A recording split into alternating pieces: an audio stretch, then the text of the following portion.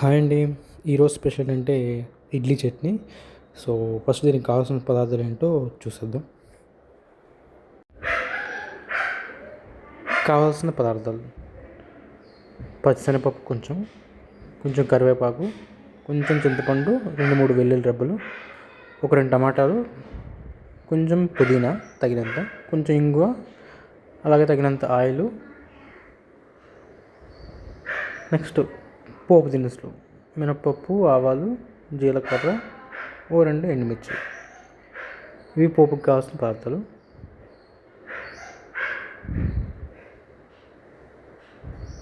కొంచెం అల్లం కూడా,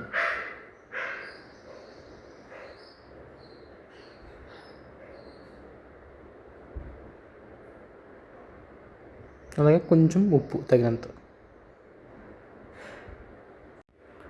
ఇప్పుడు స్టవ్ వెలిగించుకొని ప్యాన్ పెట్టి లైట్గా ఆయిల్ వేసుకోవాలి.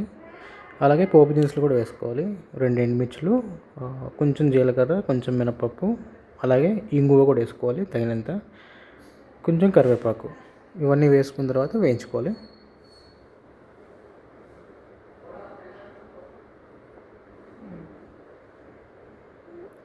ఇప్పుడు ఈ వేయించిన మిశ్రమాన్ని ఈ చట్నీలో వేసేసుకోవాలి. సో చూసారు కదండి, చట్నీ రెడీ అయిపోయిందనమాట.